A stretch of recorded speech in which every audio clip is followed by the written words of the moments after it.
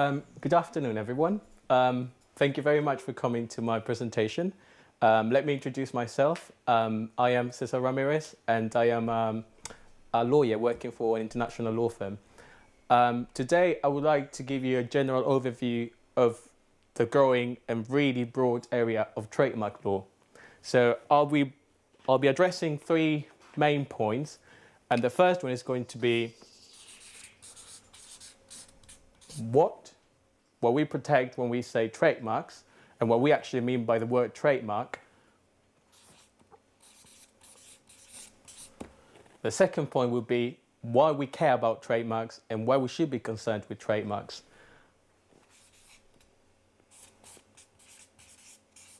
And finally, the last point is how we protect trademarks, how the law is concerned with trademarks, and how courts and judges protect trademarks. Excuse me. So let me just turn to my first point. What a trademark is a very important question because that will determine whether or not we've got a claim and we've got a right. So the first thing to note is that a trademark is any sign that could be used by a trader to identify his or her goods from other traders and at the same time to distinguish those goods from the goods of other traders. The concept of a sign has not always been the same though. It's been changing over time and it's actually being broadened and broadened as the time goes by. So in the beginning, for example, a trademark would just be used as an identifier. Nowadays, for example, a trademark can be used, for example, as the general appearance, as the persona, as the image, etc. of a general company. So the concept has actually been evolving and growing very, very steadily and fast over the past decades. The second question is why we protect trademarks. And over here, I would like to draw your attention to the fact and to the actual rationale behind the protection. And at the same time, I would like to talk about two main points here. The first one is consumers.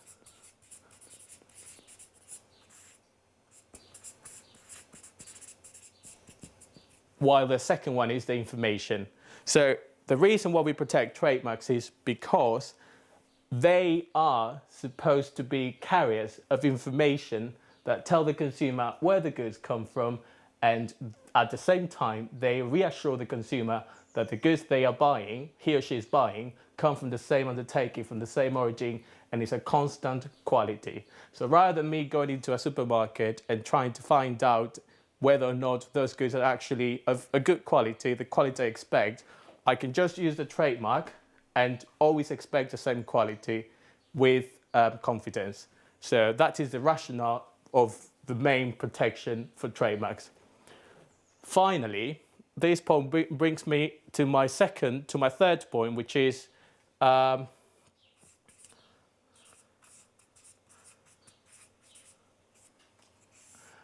this brings me to my third point and last point, which is how we protect trademarks. And at this point, I would like to draw your attention to the fact that there is a very basic and at the same time very important principle in trademark law, which is confusion. We protect trademarks to the extent that there is confusion. What sort of confusion is consumer confusion? And that is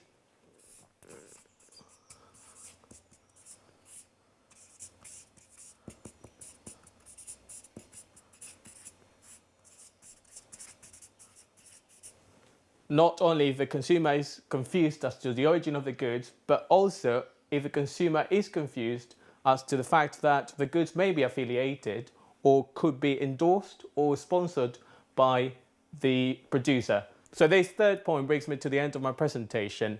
To summarize, we've looked at what a trademark is and its definition. We've looked at why we protect trademarks and why we are concerned with them. And thirdly, we've looked at how we protect them.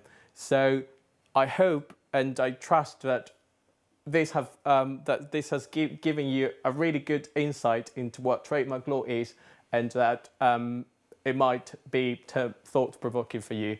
Thank you very much for listening, and if you've got any question, please feel free to ask.